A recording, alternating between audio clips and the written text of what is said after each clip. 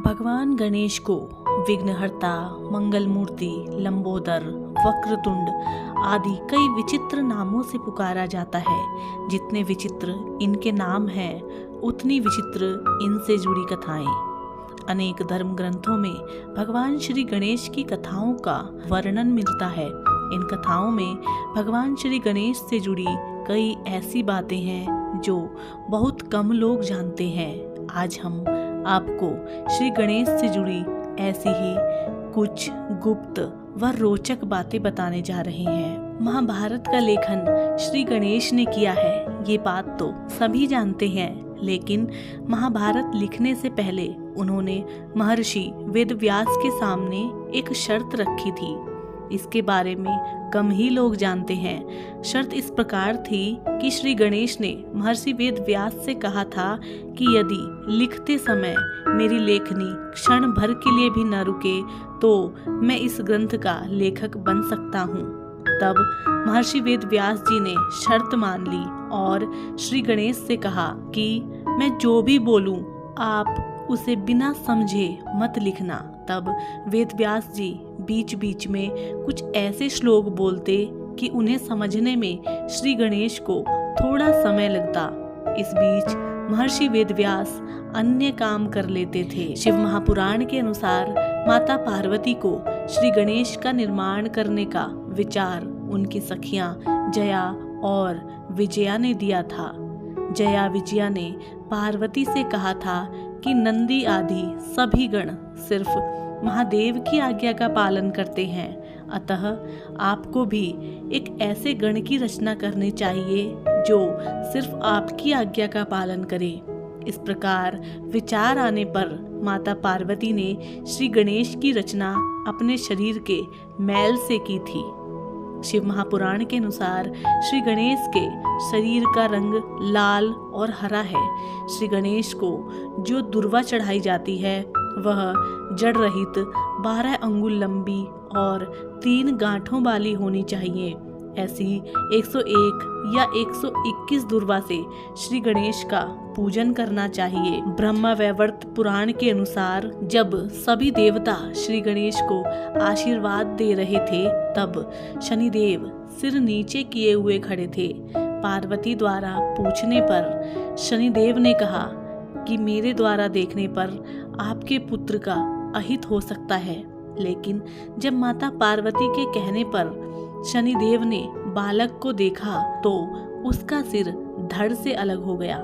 ब्रह्मा वैवर्त पुराण के अनुसार ही जब शनि द्वारा देखने पर माता पार्वती के पुत्र का मस्तक कट गया तो भगवान श्री हरि गरुड़ पर सवार होकर उत्तर दिशा की ओर गए और पुष्पभद्रा नदी के तट पर हथनी के साथ सो रहे एक गज बालक का सिर काट कर ले आए। उस गज बालक का सिर श्री हरि ने माता पार्वती के मस्तक विहीन पुत्र के धड़ पर रखकर उसे पुनर्जीवित कर दिया। ब्रह्मा वैवर्त पुराण के अनुसार ही एक बार किसी कारणवश भगवान शिव ने क्रोध में आकर सूर्य पर त्रिशूल से प्रहार किया। इस प्रहार से सूर्यदेव चेतनाहीन हो गए। सूर्यदेव के पिता कश्यप ने जब यह देखा तो उन्होंने क्रोध में आकर शिव जी को श्राप दिया कि जिस प्रकार आज तुम्हारे त्रिशूल से मेरे पुत्र का शरीर नष्ट हुआ है, उसी प्रकार तुम्हारे पुत्र का मस्तक भी कट जाएगा। इसी श्राप के फलस्वरूप भगवान श्री गणेश के मस्तक कटने की घटना हुई। ब्रह्मा वैवर्त पुराण के अनुसार एक बार तुलसी देवी गंगा तट से गुजर रही थी। उस समय वहां श्री गणेश भी तप कर रहे थे। श्री गणेश को देखकर तुलसी का मन उनकी ओर आकर्षित हो गया। तब तुलसी ने श्री गणेश से कहा कि आप मेरे स्वामी बन जाइए, लेकिन श्री गणेश ने विवाह प्रस्ताव से मना कर दिया। क्रोधवश तुलसी ने श्री गणेश को विवाह करने का श्राप दे दिया और श्री गणेश ने तुलसी को वृक्ष बनने का। शिव महापुराण के अनुसार श्री गणेश का विवाह प्रजापति विश्वरूप की पुत्रियों सिद्धि और बुद्धि से हुआ है। श्री गणेश के 2 पुत्र हैं, इनके नाम क्षेत्र और लोभ हैं। शिव महापुराण के अनुसार जब भगवान शिव त्रिपुर का नाश करने जा रहे थे, तब आकाशवाणी हुई कि जब तक आप श्री गणेश का पूजन नहीं करेंगे, तब तक तीनों पुरों का संहार नहीं कर सकेंगे। तब भगवान शिव ने भद्रकाली को बुलाकर गजानन का पूजन किया और युद्ध में विजय प्राप्त की। ब्रह्मवैवर्त पुराण के अनुसार एक बार परशुराम जब भगवान शिव के दर्शन करने कैलाश पहुँचे तो भगवान ध्यान में थे। तब श्री गणेश ने परशुराम जी को भगवान शिव से मिलने नहीं दिया। इस बात से क्रोधित होकर परशुराम जी ने फरसे से श्री गणेश पर वार कर दिया। वह फरसा स्वयं भगवान शिव ने परशुराम को दिया था।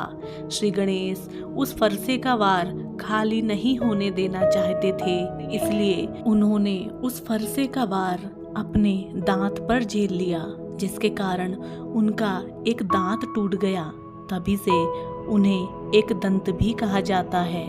गणेश पुराण के अनुसार छंद शास्त्र में 8 गण होते हैं: मगण, नगण, भगण, यगण, जगण, रगण, सगण, तगण। अधिष्ठाता देवता होने के कारण भी इन्हें गणेश की संज्ञा दी गई है। अक्षरों को गण भी कहा जाता है। इनके ईश होने के कारण इन्हें गणेश कहा जाता है, इसलिए वे विद्या बुद्धि के भी दाता कहे गए हैं। तो साथियों, भगवान गणेश के बारे में ये पौराणिक जानकारी अगर आपको पसंद आई हो और अगर आप हमारी मेहनत को साधुवाद देना चाहते हैं तो आप हमारे चैनल को सब्सक्राइब कीजिए, हमारी वीडियो को लाइक कीजिए और अपने मित्रों और परिवारजनों के साथ में साझा कीजिएगा। हम आपसे मिलेंगे एक और नई वीडियो के साथ। तब तक के लिए नमस्कार, जय हिंद।